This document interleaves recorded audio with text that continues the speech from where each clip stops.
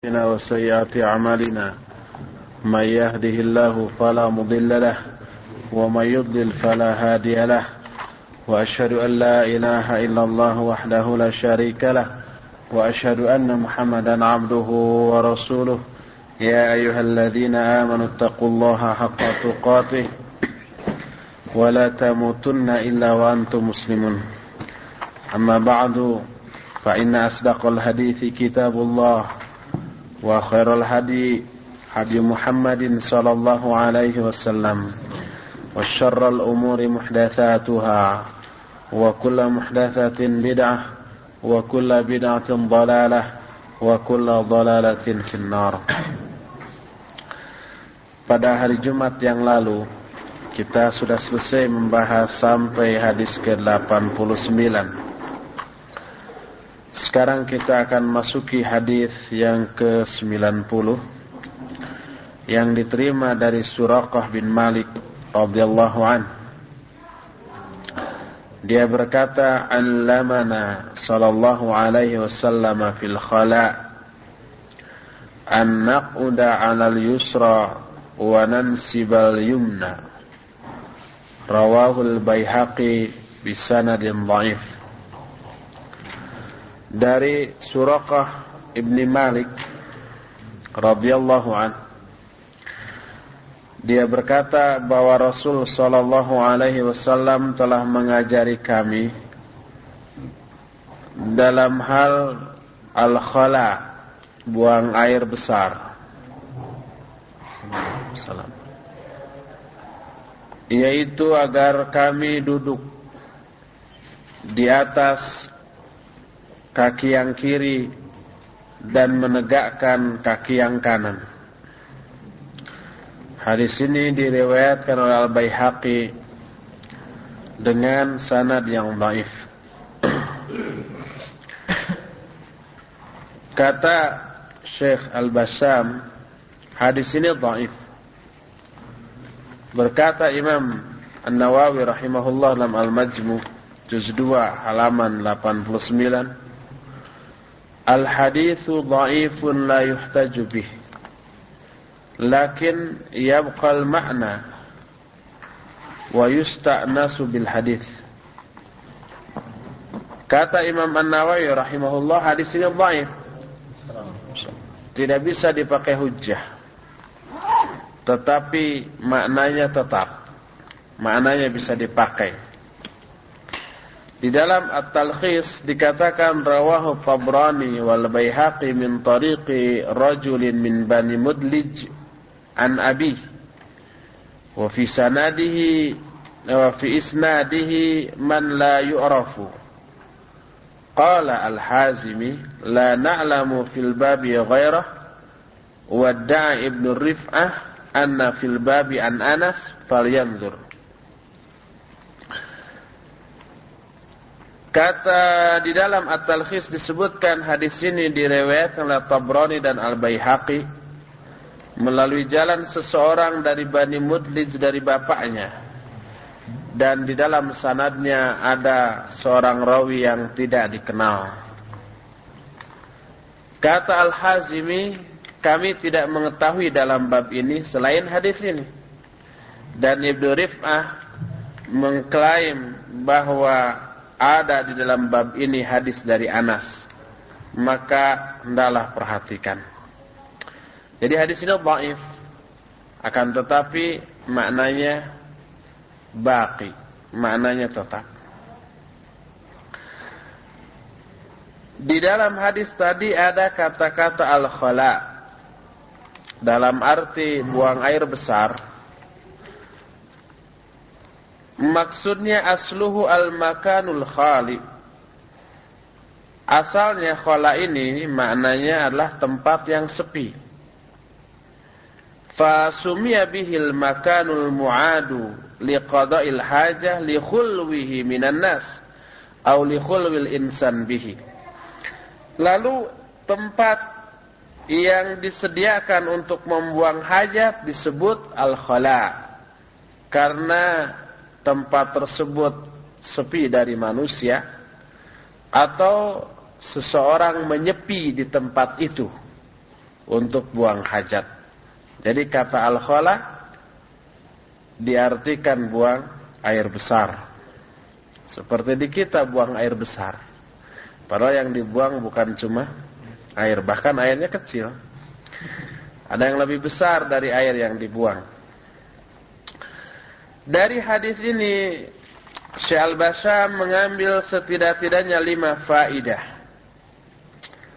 Pertama, istihbabu nasabir rijlil yumna wa tahammul ala rijlil yusra wa dhalika asna'a qada'il hajah. Pertama, disunnahkannya menegakkan kaki yang kanan dan bertumpu di atas kaki yang kiri. Jadi si kaki kiri dilipat, diduduki, ditumpukkan bobot badan kita padanya. Tangan kanan dijulurkan, kaki kanan dijulurkan ke depan, ditegakkan, diluruskan. Ada yang mau praktek? Praktekannya sin dilipat, kemudian ininya diluruskan. Si kaki kanannya diluruskan. Bukan dibegitukan. Kalau dibegitukan gimana tuh? Gini. Gitu. Ditegakkan, diluruskan.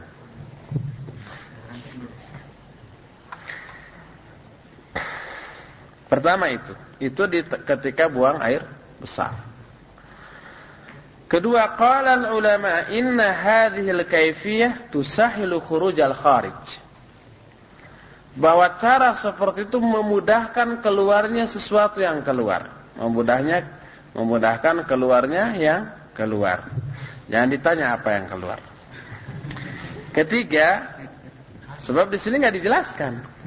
Kharij saja. Sesuatu yang keluar. Ketiga, inna syari'ata al-Muhammadiyah ja'at bi kulli ma fihi salah wa nahat an kulli ma fihi dharar wa annaha lam tatruk syai'an min umuril ibadah illa bayanathu hatta fi hadhihi al-halah wajjahathum ila ma fihi rahatuhum wa sihhatuhum. Syariat yang dibawa oleh Nabi Muhammad SAW ini datang dengan segala macam aturan yang di dalamnya terkandung kemaslahatan. Dan melarang dari segala sesuatu hal yang di dalamnya terkandung kemadaratan. Dan syariat ini tidaklah meninggalkan sesuatu pun dari urusan ibadah, kecuali sesuatu itu pasti dijelaskan. Sampai dalam hal ini, dalam hal buang air besar, BAB, syariat mengarahkan mereka kepada cara yang di dalamnya rahatuhum wasihatuhum, yang di dalam terkandung aspek kesehatan dan aspek kenyamanan. Itu yang ketiga. Keempat, qala ad-doktor tabib Muhammad Al-Bar, inna ahsanat tariqah fisiologia, ilmu kefaalan, ilmu tentang tubuh, fisiologi ya, fisiologi itu ilmu faal ya, ilmu tentang, bukan jiwa, ilmu tentang anatomi tubuh, fisio, bukan psikologi, bukan fisiologi, visi kefaalan, bahwa cara yang terbaik menurut ilmu fisiologi, menurut ilmu kefaalan, liqada'il hajah li ikhrajil fadalat al-julusu 'ala al-ardi wal ittika 'ala ar-rijlil yusra wa dhalika anna ash-shaqla al-mustaqim wa huwa akhirul am'a al-ghalidhah wa fihi tankhazinul fadalat ala syakli arba'ah fa in ittaka 'ala al-yusra sara mustaqiman wa sahala nuzul al-gha'id kama anna khalfal mustaqim ma'yun ghalidun yud'a al-qulunu sinni li'annahu 'ala syakli sin wa kadzalika yastaqimu wad'uhu indal ittika 'ala rijlil yusra wa dzalika kulluhu min asbabi suhulati khurujil fadalat. Telah berkata doktor dan dokter Muhammad Al-Bar, ya dia dokter, ya juga doktor S3, ya juga dokter kesehatan. Muhammad Al-Bar kata dia, sesungguhnya cara yang terbaik menurut ilmu anatomi tubuh ketika buang hajat untuk mengeluarkan hajat adalah dengan cara duduk di atas tanah dan bersandar bertumpu ke kaki yang kiri. Itu cara yang terbaik ketika buang air besar. Duduk di atas tanah dan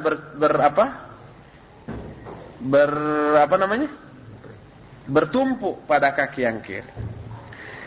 Yaitu yang demikian itu karena bentuk yang lurus, bagian tubuh yang bagian pencernaan yang lurus adalah usus tebal. Ada usus tebal? Usus tebal yang paling akhir. Usus apa? Usus besar, usus tebal. Ada usus tebal, al-ghalidhah itu tebal. Ada usus tebal, ada usus besar ya? Atau sama? Mana dokter? Mungkin bagian dari usus besar. Henrico enggak ada. Usus tebal, Mas. Di dalamnya tankhazinul fadalat. Terkumpul. Khazanah itu tempat penyimpanan. Tersimpan kotoran-kotoran manusia. Terkumpul dan bentuknya itu seperti angka 4 huruf Arab, angka Arab. Gitu tak? Jadi tidak lurus. Usus besar, bolehlah usus besar. Kalau seseorang bertumpu pada kaki kiri, maka ususnya yang tadinya bentuknya seperti angka 4 Arabnya bengkok, jadilah dia lurus. Sehingga memudahkan turunnya gaib, turunnya kotoran manusia itu. Sebagaimana bahwa di belakang usus yang lurus itu, usus tebal itu, ada yang disebut dengan kolon sini. Assalamualaikum warahmatullahi wabarakatuh. Masih ingat di dalam ilmu biologi ada kolon. Kolon itu apa ya? Lupa lagi. Saya pernah ingat apa itu kolon. Kolon itu usus besar. Kalau usus tebal, beda ya usus besar dengan usus tebal ya? Nggak ada usus tebal? Terus? Ya. Pokoknya usus, bolehlah usus besar lah. Demi perdamaian dunia. Karena apa? Karena kolon itu bentuknya seperti sin. Huruf sin. Demikian juga huruf sin ini akan berubah menjadi lurus ketika bertumpu pada kakinya yang kiri. Dan semuanya itu termasuk di antara sebab-sebab yang memudahkan keluarnya kotoran tadi. Itu yang keempat. Yang kelima, wala syakka anna hadha min al-i'jazil ilmi fi sunnatil mutahharah wa anna hadhihi ta'alim al-hakimah ar-rasyidah min hakimin alim. Tidaklah diragukan lagi bahwa ini termasuk di antara mukjizat ilmiah di dalam sunnah mutahharah. Dalam sunnah yang suci ini terkandung nilai keilmiahan yang luar biasa. Dan bahwa pelajaran yang mulia ini, yang bijaksana ini, yang rasyidah ini, yang lurus ini, tak disangka lagi bersumber dari yang hakim dan yang alim, yaitu Allah subhanahu wa ta'ala. Ahwat di luar silakan masuk ya. Tempat sudah tersedia. Pilih di mana ahwat suka. Selesai sudah pembahasan hadis yang ke-90. Terus kita ke-91 diterima dari Isa bin Yazdad atau Azdad dari bapaknya radhiyallahu anhu. Dia berkata bahwa Rasul sallallahu alaihi wasallam bersabda, "Idza bala ahadukum falyantur dzakarahu thalatha marrat." Rawahu Ibnu Majah bisanadin dhaifin. Kata Rasul sallallahu alaihi wasallam, apabila salah seorang di antara kalian buang air kecil, maka hendaklah dia menarik zakarnya 3 kali. Hadis ini diriwayatkan oleh Ibnu Majah dengan sanad yang dhaif. Juga diriwayatkan oleh Imam Ahmad, Abu Daud Al-Baihaqi, Abu Nuaim di dalam kitab Marasilnya, juga Al-Uqaili di dalam Ad-Du'afa. Semuanya dari riwayat Isa bin Yazdad dari bapaknya. Kata Ibnu Ma'in, la yu'rafu Isa wala abuhu. Baik Isa maupun bapaknya ini tidak dikenal.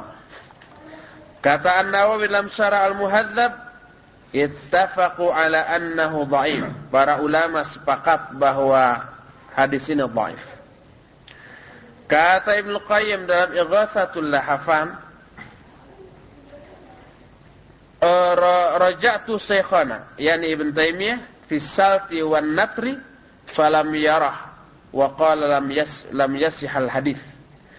Aku merujuk kepada syekh kami, kepada gurunya itu Ibn Taimiyah, di dalam hal as-salat wan natr. Salat itu menarik, natr juga menarik. Dalam hal menarik zakar setelah buang air kecil, maka beliau tidak berpendapat seperti itu dan berkata hadisnya tidak sahih. Di dalam membahas hadis ini, Syekh Al-Basam hanya menjelaskan satu kata yang dianggap gharib, yaitu falyantur dzakarahu. Natara atau natru dzakarihi artinya jadzabahu au qadhafahu bisyiddah. Artinya menariknya dan melepaskannya dengan keras. Di dalam kamus disebutkan istanthara min baulihi istadzabahu wastakhraja baqiyatahu min adz-dzakari indal istinja. Di dalam kamus disebutkan seseorang istinthar dari kencingnya, maksudnya menarik zakarnya dan mengeluarkan sisa air kencing yang ada di zakar ketika dia istinja. Itu makna dari an-natru. Jadi kata Rasul SAW, hendaklah kalau sudah kencing, hendaklah ditarik ke zakarnya itu 3 kali.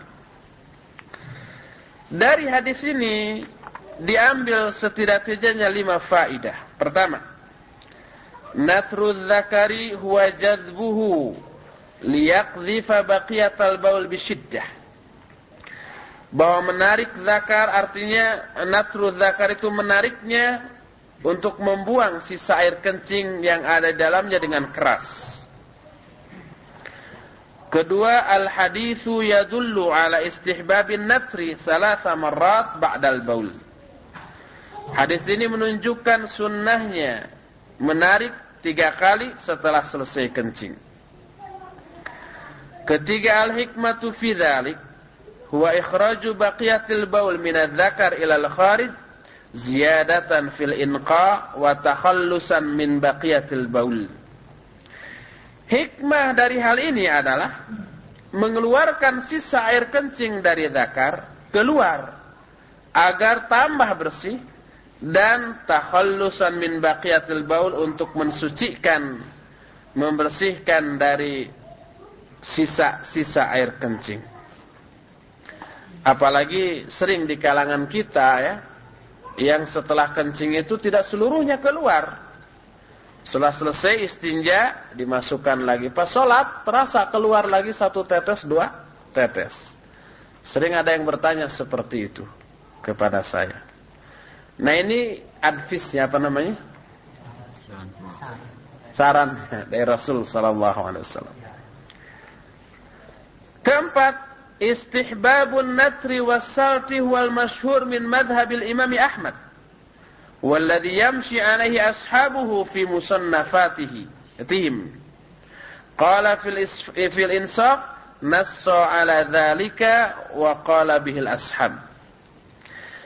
Sunnahnya menarik zakar setelah buang air kecil adalah pendapat yang masyhur dari madhab Imam Ahmad, dan yang berpendapat seperti ini adalah juga para sahabatnya dalam musannafat mereka, dalam kitab-kitab karangan mereka. Dalam Al-Insaf dikatakan Imam Ahmad menyatakan demikian, dan para sahabatnya pun berpendapat demikian pula.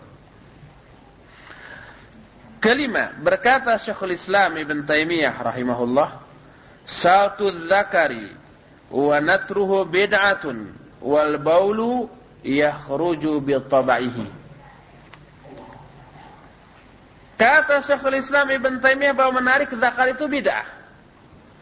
Kenapa? Karena hadisnya dhaif, nggak bisa dijadikan hujjah. Dan air kencing itu keluar secara wajar, nggak perlu ditarik-tarik.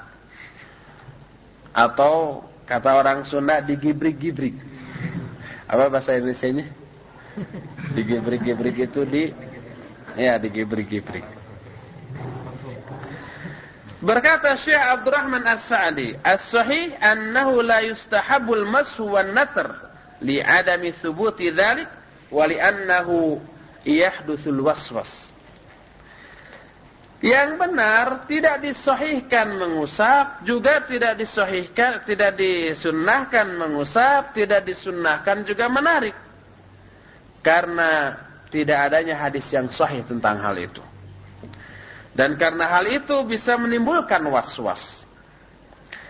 Kata Imam An-Nawawi, "Yanbaghi alla yutabi'al awham, fa innahu yuaddi ila tamkinil waswasah fil qalb." Maka selayaknya lah tidak mengikuti keraguan-raguan, hal yang diragukan, karena keraguan ini bisa mengakibatkan tertanamnya was-was di dalam hati.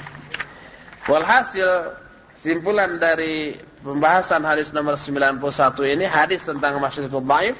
Syekhul Islam Ibn Taimiyah membidahkan tentang hal itu, dan Syekh Abdurrahman As-Sa'di menyatakan sama sekali tidak disunnahkan. Kalau melakukan itu dengan etikat sunnah, ini bisa bid'ah, seperti yang dikatakan oleh Ibn Taimiyah karena dhaifnya hadis tersebut. Terus hadis yang terakhir di dalam bab adabu qada'il hajat ini, adab-adab membuang air besar ini. Hadis 92 ini diterima dari Ibnu Abbas radhiyallahu anhuma. Kata Ibnu Abbas, "Anna Nabiyya sallallahu alaihi wasallam sa'ala ahla Quba. Faqala, inna Allaha yuthni 'alaikum. Faqalu inna nutbi'ul hijarah al-ma'."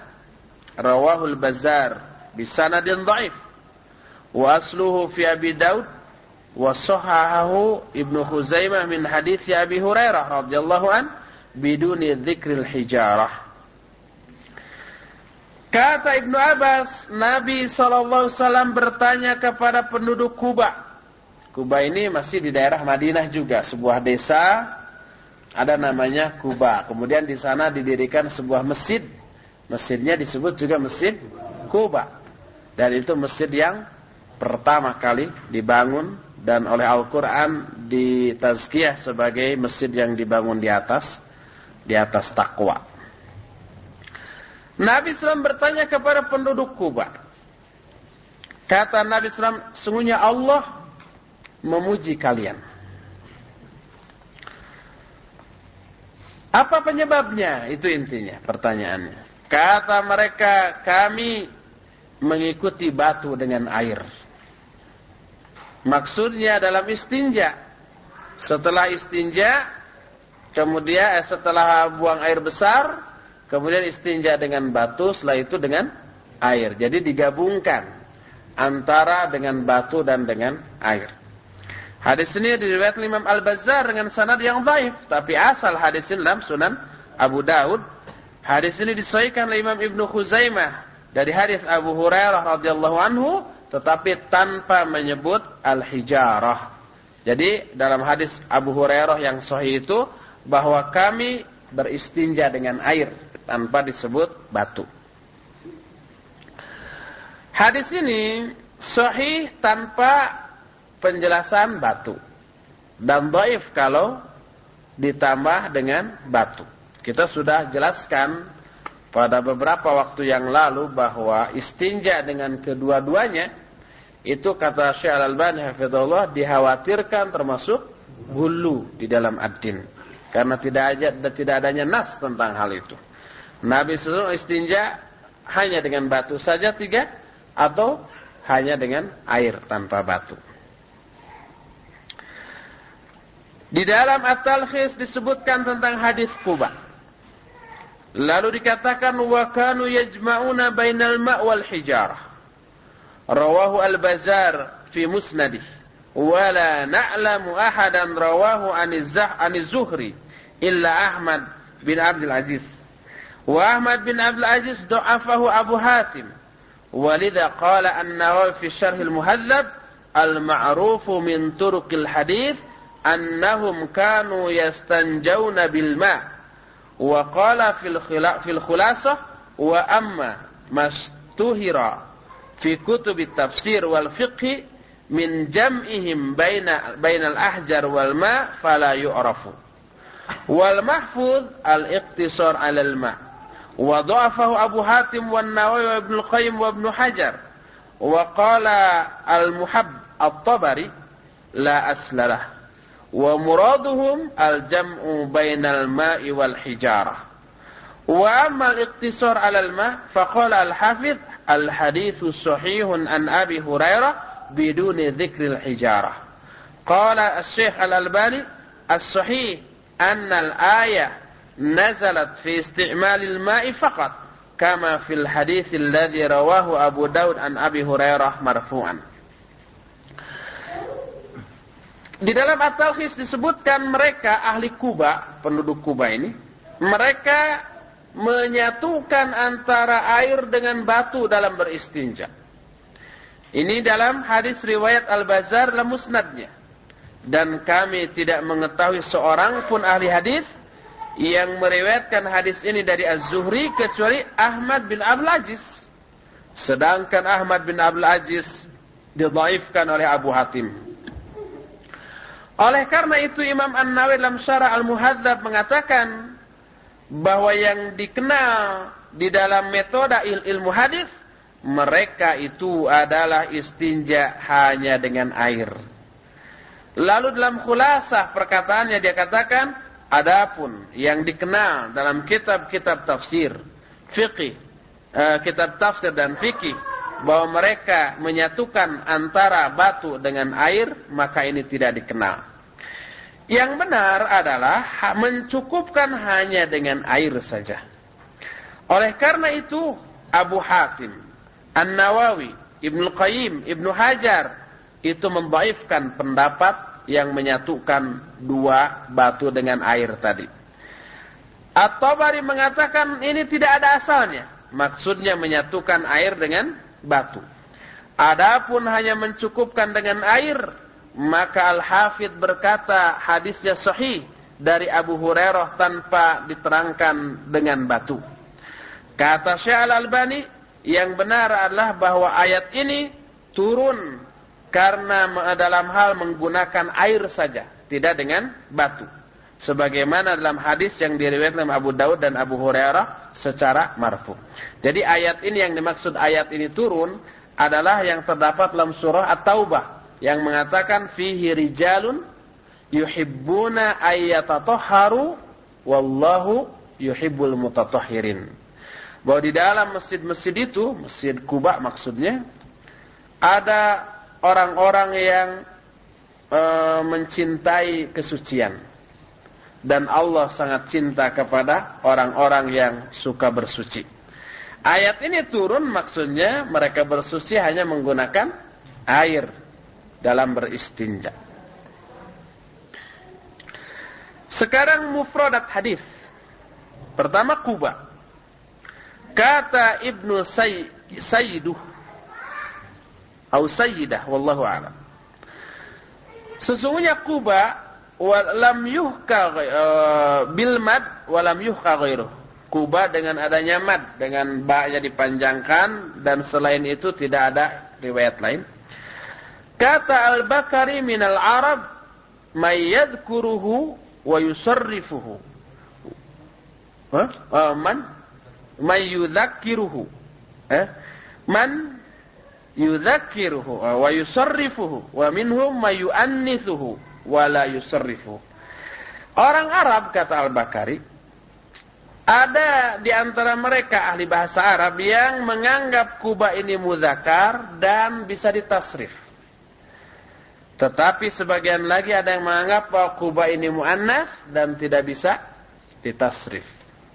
Apa ya ditasrif itu ya? Fa'ala fa'ilu fa'ala yaf'ulu fa'lan, bahwa fa'ilun itu tasrif, perubahan bentuk-bentuk kata. Jadi Quba kata sebagian mereka tidak bisa ditasrif, kata yang lain bisa ditasrif. Kata yang lain lagi mudzakkar, kata yang lain muannats. Kata An-Nawawi, alladhi alaihi al-muhaqqiqun annahu mamdudun mudzakkarun masrufun. Pendapat yang dipegang oleh para muhaqqiq bahwa Quba ini mamdud itu mad, dipanjangkan, mudzakkar dan bisa ditasrif. Wa Quba hayyun fil Madinah ma'rufun. Quba ini sebuah desa di Madinah yang ma'ruf. Yaskunuhu batan minal ansar yuqalu lahum Banu Amr bin Auf. Di tempat itu tinggal sekelompok Ansor yang disebut Bani Amr bin Auf. Fi hadzal hayy al-masjidul ladzi qala Allahu fihi la masjidun ussisa 'ala taqwa min awwali yaum ahaqqu an taquma fihi. Di desa inilah terdapatnya masjid yang oleh Allah dikatakan bahwa masjid yang dibangun di atas takwa sejak awal pertama kali itu lebih berhak untuk kamu sholat di dalamnya. Ini berkaitan dengan adanya masjid Dirar. Kata Nabi SAW, kata Allah, la taqum fihi abada. Jangan kamu sholat di masjid Dirar itu selama-lamanya. Lalu ayat selanjutnya, la masjidun ussisa 'alat taqwa. Masjid yang dibangun di atas takwa sejak pertama kali lebih berhak untuk kamu sholat di dalamnya. Maksudnya adalah masjid ini, Masjid Quba. Lalu di dalam hadis tadi pun dikatakan nutbi'ul hijarah alma. Kami mengikut sertakan mengikuti batu dengan air. Maksudnya setelah istinja dengan batu lalu istinja dengan air. Maksudnya adalah yanzahuna adbarahum bil hijarah minal ghaib summa yaghsilunaha bil ma' liyahsula kamal al inqa. Maksudnya mereka mensucikan dubur-dubur mereka dengan batu setelah buang air besar, lalu mencucinya dengan air agar lebih untuk mencapai kesempurnaan kebersihan. Itu maksudnya. Tapi hadis tentang masalah ini tadi disebutkan dhaif. Asna alaikum, fi'il mudhari'nya yusni alaikum. Allah memuji engkau. Asna ini di dalam Al-Misbah, maksudnya Misbahul Munir, dengan mad, adanya alif bingkang kata orang Sunda namanya.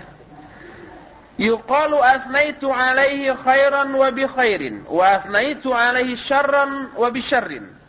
Nassu alaihi jama'atu minhum sahibul muhkam. Kalau dikatakan asnaitu alaihi khairan bi khairin, saya memuji kepadanya dengan kebaikan, memuji kebaikan dengan kebaikan, memuji kebaikan-kebaikan, mengomentari kebaikan dia dengan kebaikan. Wa asnaitu alaihi syarran bi syarrin. Dan saya mengomentari kejelekan dia dengan komentar yang jelek juga.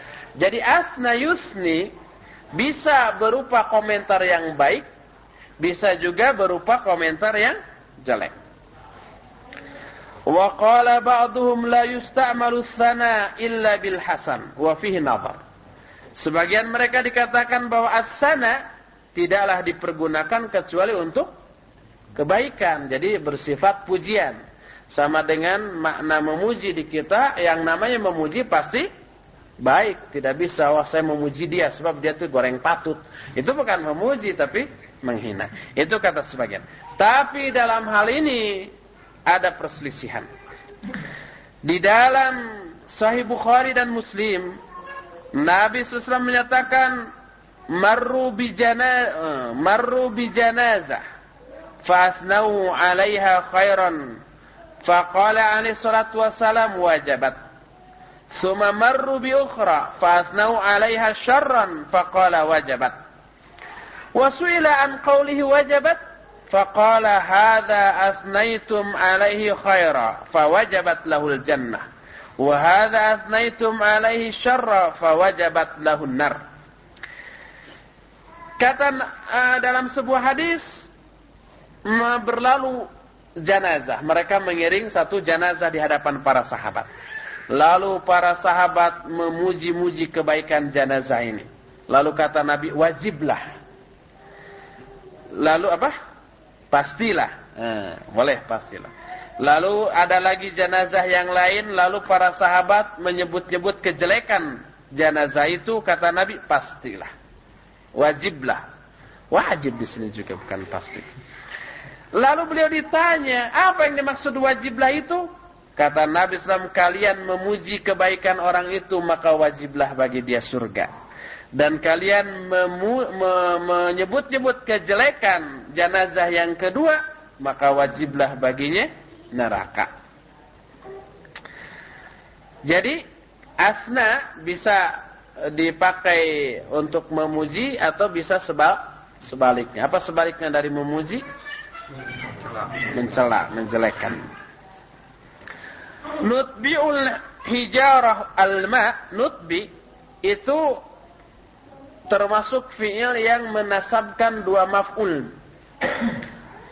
Fi'il itu kata kerja, dua maf'ul. Maf'ul bih itu artinya objek. Jadi harus ada dua objek.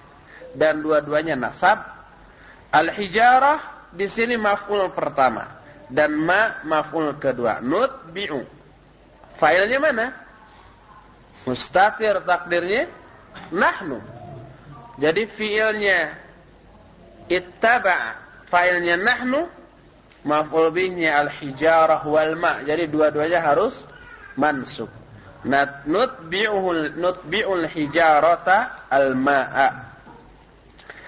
Dari hadis ini ditarik setidak-tidaknya dua faidah. Pertama, asnallahu ta'ala ala ahli Kuba, ihda qabailil Khazraj, wa hum Banu Amr bin Auf, biqauli fihi rijalun yuhibbuna ayyatatahharu wallahu yuhibbul mutatahhirin. Fasa'alahumun Nabi sallallahu alaihi wasallam an sababi hadha thana. Faqalu inna nutbi'ul hijaratal ma'a indal istinja. Allah memuji penduduk Kuba. Kuba ini salah satu kabilah Bani Khazraj. Mereka ini adalah Bani Amr bin Auf. Dengan pujiannya yang Allah nyatakan dalam surah At-Taubah, di dalamnya ada laki-laki yang mencintai kesucian dan Allah menyukai kesucian. Lalu Nabi SAW bertanya tentang sebab-sebab ini, lalu mereka menjawab bahwa kami mengikuti batu dengan air ketika istinja. Yang kemudian kata Syekh Al-Albani hafizahullah bahwa yang dimaksud istinja di sini hanya dengan air saja, sebab yang al-hijarahnya dhaif gitu ya. Dan menyatukan keduanya termasuk di antara ghullu fiddin. Dikhawatirkan dulu. Kedua, fa fi hadza dalilun ala anna izalatan najasah minas sabil bitahqiqiha bil hijarah thumma bitahfifiha bil hijarah thumma ittiba'iha al ma' huwa akmalu tatahhur haitsu lam yabqa ba'da hadza atharun najasah. Di dalam hadis ini terdapat dalil bahwa menghilangkan najis dari jalan keluarnya najis adalah dengan cara pertama meringankan dulu najis itu dengan batu. Lalu setelah itu baru diikuti dengan air. Dan ini merupakan sempurna bersuci karena tidak tersisa lagi bekas-bekas najis. Kalau dengan air saja tersisa bekas najis tidak? Tidak, asal bersih. Asal bersih, tanpa dengan batu. Jadi ini juga pendapat Syekh Al-Bassam pada hadis-hadis yang lalu, dan kita sudah kemukakan bantahan dari para ulama yang lain. Dikhawatirkan istinja dengan dua-duanya itu termasuk hulu fiddin. Nah, di sini disebutkan pengulangan dari yang lalu, ahwalul istinja salasa, bahwa cara istinja itu 3. Pertama, akmaluha isti'malul hijarah, thumma ittiba'uhal ma' hatal inqa. Yang pertama, yang paling sempurna cara beristinja itu adalah menggunakan batu lalu diikuti dengan air sehingga bersih. Ini khawatir hulu, tadi ya sudah dibantah berkali-kali. Terus berikutnya, yaliha al-iqtisar alal ma' faqat. Yang paling afdal yang kedua adalah hanya dengan air saja. Akhiruha ratbatan wa fadlan al-iqtisar alal hijarah li'anna al-ma'a ablagh fil inqa wa izalatin najasah. Kemudian tahapan terakhir atau cara istinja yang paling tidak baik, bukan paling tidak baik, paling akhir urutan kebaikan dan keutamaannya adalah hanya membatasi dengan batu, karena dianggap ini tidak atau kebaikannya di bawah air, karena air itu lebih bersih dan lebih menghilangkan najis. Selesai sudah hadis yang ke-92, dan dengan selesainya ini berarti selesai pula penjelasan tentang adab-adab buang air besar, yang insyaallah bab berikutnya kita akan teruskan dengan membahas bab mandi dan junub, tetapi tidak sekarang, insyaallah pada pekan-pekan yang akan datang. Untuk hari ini cukup sampai di sini, dan sisa waktu yang ada kita gunakan untuk tanya jawab. Alhamdulillah. Ya. Tentang sholat terakhir pada sholat berjamaah itu seringkali apakah diharuskan lebih dari satu orang? Dan seringkali kita suka ditoel gitu. Apa kita harus mundur kalau? Iya, ada pertanyaan bagaimana kalau sholat dalam sholat berjamaah sudah penuh, lalu kita bikin shaf baru tapi sendiri, apa boleh atau tidak? Ataukah kita harus noel orang yang ada di shaf yang depan agar menemani kita? Pertama, pada asalnya tidak boleh kita sholat menyendiri di belakang shaf. Disebutkan la sholata, tidak ada sholat. Itu dalam kondisi normal. Artinya shaf masih lowong di depan, tapi kita sudah bikin yang baru dan menyendiri. Ini yang berlaku hadis itu pada kasus seperti itu. Adapun kalau shaf di depan sudah penuh semuanya, maka ini berlaku kata Syekh Al-Albani hafizahullah, yang beliau jelaskan dalam ketika ditanya dalam majalah As-Shalah, maka tidak boleh kita noel orang yang ada di depan, tapi kita sholat menyendiri di belakang. Dan dalam kondisi seperti itu kita ma'dzur, ada uzur. Pertama, bukan ingin begitu, tapi tidak mampu untuk menyelinap masuk ke dalam, nggak bisa. Noel batur mengganggu, pertama mengganggu konsentrasi orang itu, kedua merusak shaf. Nanti shafnya renggang, nanti orang harus geser-geser, dan ini mengganggu. Ya. Oleh karena itu dalam kondisi seperti ini berlaku juga ketentuan seperti hadis yang lain, sholli qa'iman, fa illam tastati fa qa'idan, fa illam tastati fa ala jambi, gitu kan? Salatlah kamu sambil berdiri. Wajib salat berdiri bagi yang mampu. Kalau tidak mampu, duduk. Kalau tidak mampu duduk, maka berbaring. Jadi berbaring itu tidak boleh dalam salat bagi yang mampu. Bagi yang tidak mampu, maka boleh. Ini juga demikian bagi mereka yang mampu masuk ke shaf, karena masih ada yang lowong, tidak boleh dia menyempal sendiri di belakang. Tapi bagi mereka yang sudah tidak mampu karena sudah penuh, maka apa boleh buat kita menyendiri di belakang. Tidak boleh noel batur, atau tidak boleh menunggu orang yang akan datang. Iya, kalau ada yang datang. Kalau enggak, luput jamaah kita. Lalu kalau kitanya sendiri ditoel, jangan hiraukan, biarkan saja. Biarkan saja. Noel sekali biarkan, 2 kali biarkan, berapa kali pun biarkan. Gitu.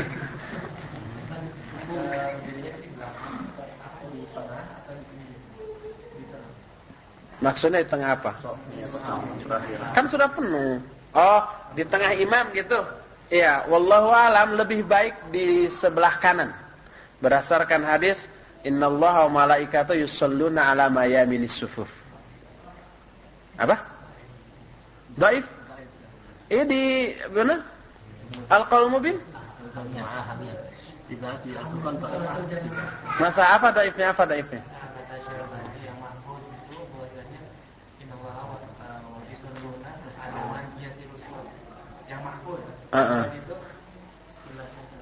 Ada yang bawa Al-Qaul Mubin enggak? Di sana ada disebutkan sahih hadisnya.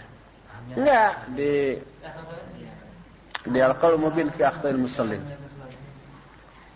Gitu. Tapi nanti cari ya apa dhaifnya ya. Tapi di Al-Qaul Mubin saya masih ingat sekali sahih itu. Hasan, minimalnya hasan. Mungkin dhaif sanad. Oh gitu. Oh, saya nggak tahu ilatnya kalau gitu. Tamamul minnah.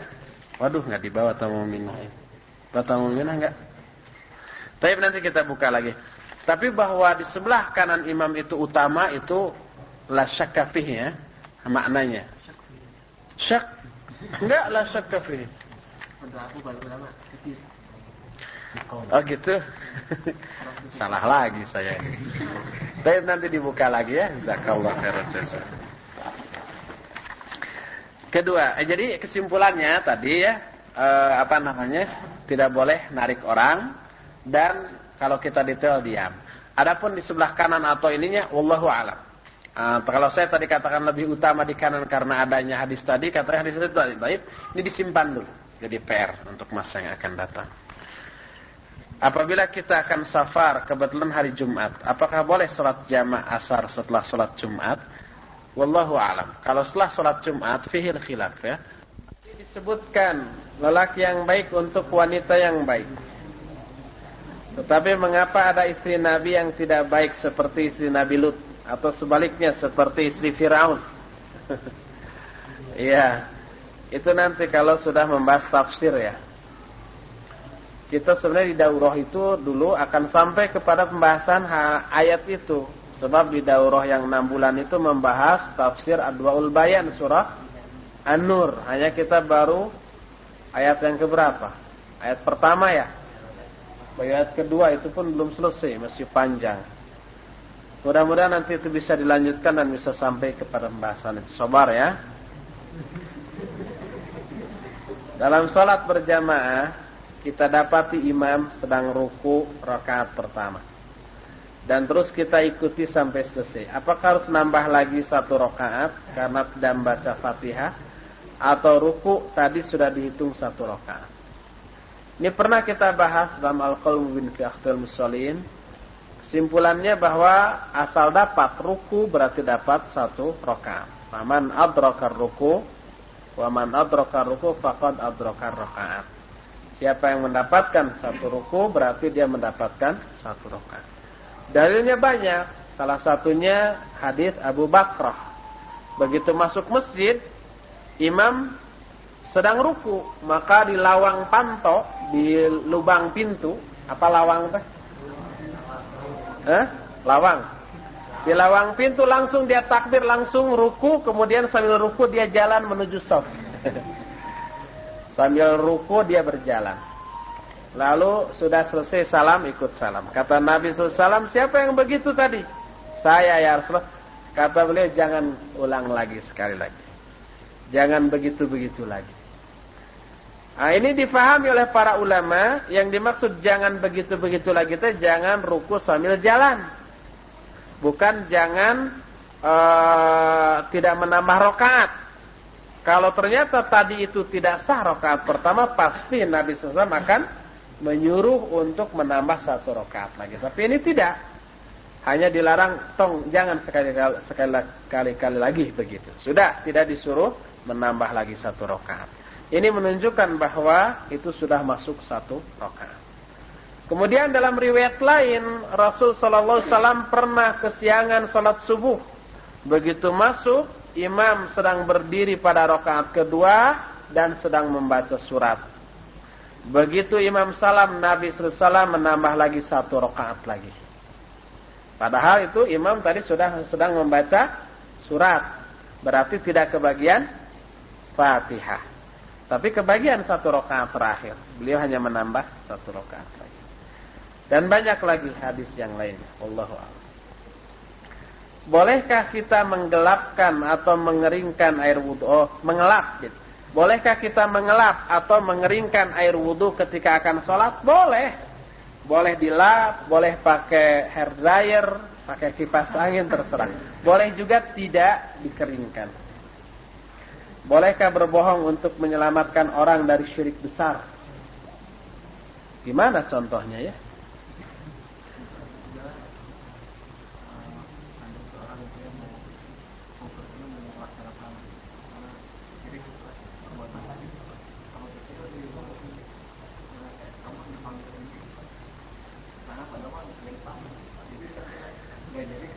Iya, dia dapat pahala menghalangi orang itu dari syirik, tapi dia dapat dosa karena berdustanya.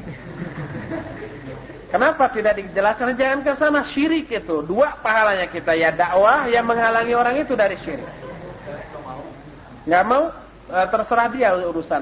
Atau cari cara lain yang tidak mengandung kedustaan. Sebab berdusta tidaklah dibenarkan kecuali dalam beberapa hal. Pertama, untuk mengislahkan, boleh ya. Kemudian yang kedua, berbohongnya seorang suami kepada istri. Dan yang ketiga, dalam hal perang. Itu boleh berdusta, berbohong. Taktik, strategi itu tipu daya semua. Apa ada zakat penghasilan atau zakat pensiunan? Kalau ada, tolong jelaskan. Zakat profesi masuknya ya. Di dalam kitab-kitab fikih para ulama tidak ada yang namanya zakat profesi. Padahal di zaman Rasul SAW profesi sudah ada dan dibayar, semacam buruh-buruh itu sudah ada. Apakah zakat perhiasan yang kita pakai dizakatkan tiap tahun atau sekali saja? Dan kalau perhiasan yang kita simpan dengan tujuan hitung-hitung nabung, apakah zakatnya tiap tahun atau 1 kali saja? Yang setiap tahun itu kalau sudah sampai nisab. Ya, berapa nisabnya? Kira-kira 94 sekian gram. Khusus zakat banyak pertanyaan ya. Nanti khusus dibahas fikih zakat. Akan sampai nanti juga insya Allah. Jadi berapa ya? Ya, insya Allah sobat. Apakah zakat uang di bank ada zakatnya? Minggu kemarin Ustadz mengatakan kalau masuk WC harus baca doa dan tak boleh bawa-bawa yang tulisan suci atau lafaz-lafaz yang suci. Bagaimana halnya dengan kamar mandi yang tak ada WC-nya? Oh, tidak ada tempat klosetnya gitu ya? Iya. Ini juga pernah saya tanyakan. Hanya saya tanya rujukannya, hadza min urfina, dia bilang. Yang tidak ada WC-nya disebut hurmatul hammam. Yang ada WC-nya disebut hammam. Dia bilang begitu. Saya tanya dari mana ini keterangan dari hadza min urfina. Dia bilang begitu. Tidak ada di dalam umpama lisan Arab, wallahu alam, dia katakan hanya uruf di kalangan mereka. Dia mengatakan ini hurmatul hammam atau hammam yang sedikit terhormat. Kemudian bagaimana ketentuannya, apakah sama dengan WC? Dia bilang kalau di sana juga merupakan tempat kencing manusia, maka itu terhitung juga hammam. Nah, sekarang kita lihat kamar mandi yang ada WC-nya. Apakah tidak boleh orang kencing di sana?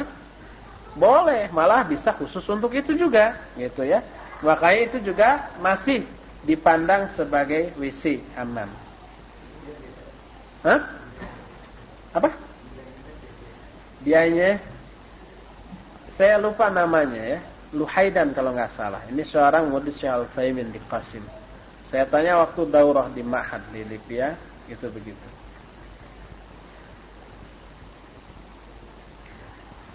kalau kita punya pembantu di rumah, usianya sudah balik, laki-laki, apa boleh pergelangan kaki sampai ke bawah? Boleh kelihatan, tapi yang lain tertutup semua. Apakah tetap haram terlihat? Ya sama dengan laki-laki lain. Pembantu bukanlah hamba sahaya, bukan budak. Jadi kalau dia sudah balik, maka tidak boleh terlihat. Sama aja dengan akhwat memperlihatkan itu ke ikhwan yang ada sekarang. Mau nggak? Kalau nggak mau berarti jangan juga kepada pembantu yang sudah balik tadi. Apakah kalau kita boleh menghajikan orang tua kita yang sudah meninggal dan bersedekah dengan niat pahalanya untuk orang tua kita yang sudah meninggal? Apakah perbuatan ini ada dasar dalilnya? Kalau ada dan dibolehkan, di kitab apa? Mohon dijelaskan. Pernah ini kita jelaskan dengan bab khusus Ihda'us Tsawab dari kitab Syarah Al-Aqidah At-Tahawiyah Sunan Imam Ibnu Abil Izzi. Jadi di sana dijelaskan bahwa ulama ikhtilaf. Imam Syafi'i rahimahullah menyatakan tidak sampai itu menghadiahkan pahala. Tapi Imam Ahmad menyatakan sampai dan boleh gitu. Hadis tentang menghajikan orang tua, mensedekahkan untuk orang tua itu hadis sahih riwayat Bukhari dalam kitab Sahih Bukhari. Kemudian dia katakan hadis tadi tidak bertentangan dengan ayat yang menyatakan wa anna laisa lil insan illa ma sa'a. Seseorang tidak akan mendapatkan apa-apa kecuali dari apa yang diusahakannya. Bagaimana yang berhajinya orang lain kok pahalanya untuk orang tua? Lalu dia katakan bahwa itu pun hasil usaha dia.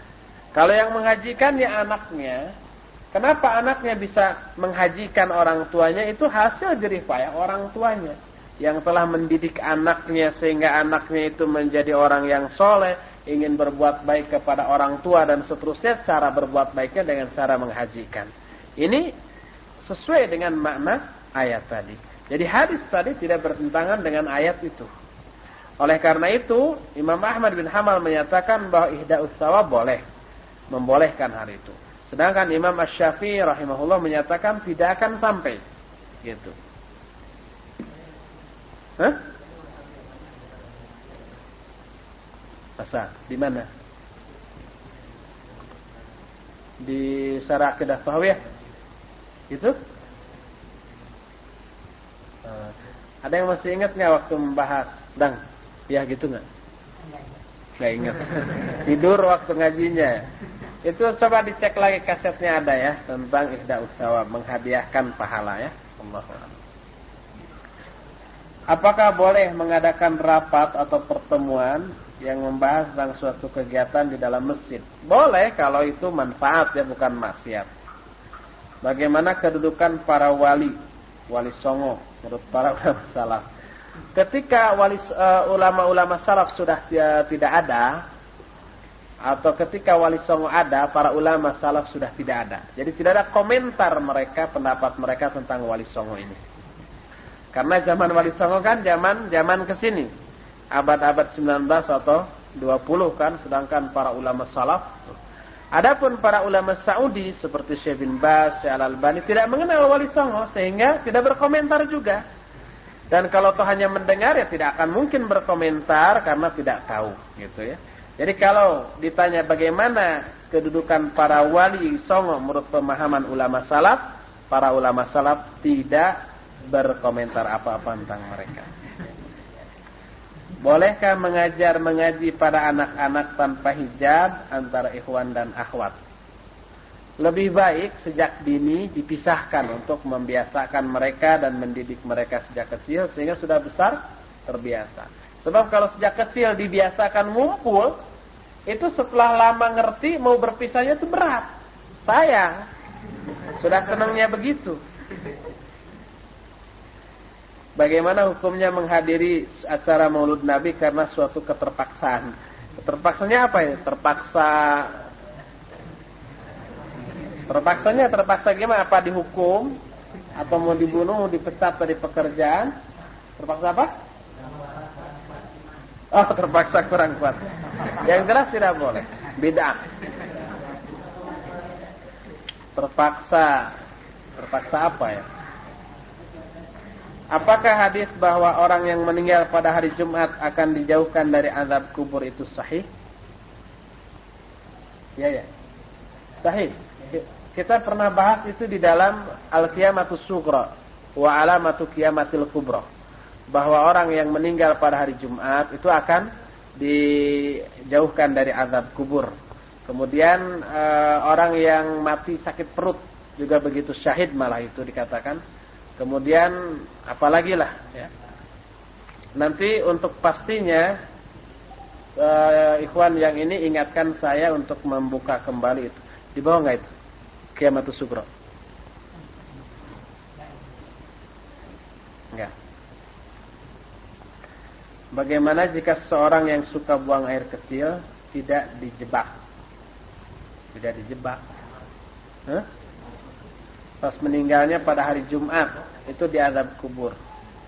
Itu diazab kubur. Ini ya. Cebok.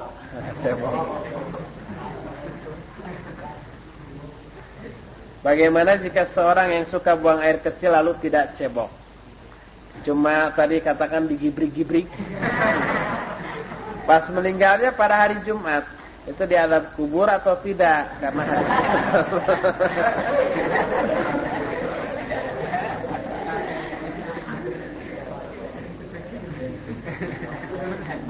Allahu a'lam. Nanti kita lihat lagi ya. Insyaallah.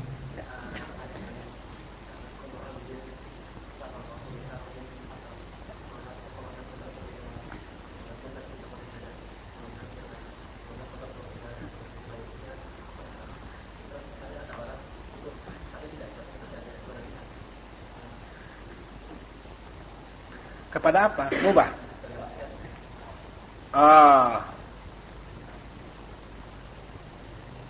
Ya, maksudnya gimana apanya? Ya dia maksiat. Jadi artinya gini, setiap orang yang beramal itu akan mengalami masa-masa jenuh. Masa-masa jenis itu.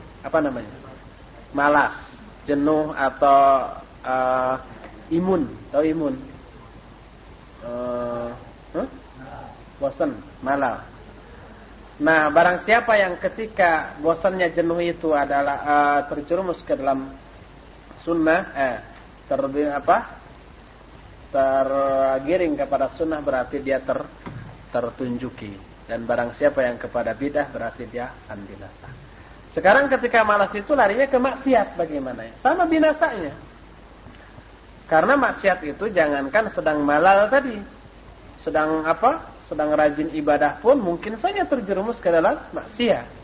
Minimalnya yang tak terasa ya, maksiat ghibah, maksiat maksiat berdusta, maksiat seperti itu. Semua maksiat akan menjerumuskan pelakunya ke dalam kebinasaan. Hanya kebinasaannya lebih ringan dibanding kebinasaan karena bid'ah. Allahu a'lam. Sudah dulu sampai sini ya. Insyaallah besok kita lanjutkan dengan Fathul Majid. Subhanakallahumma bihamdik, asyhadu an la ilaha illa anta, astaghfiruka wa atubu ilaik. Alhamdulillah.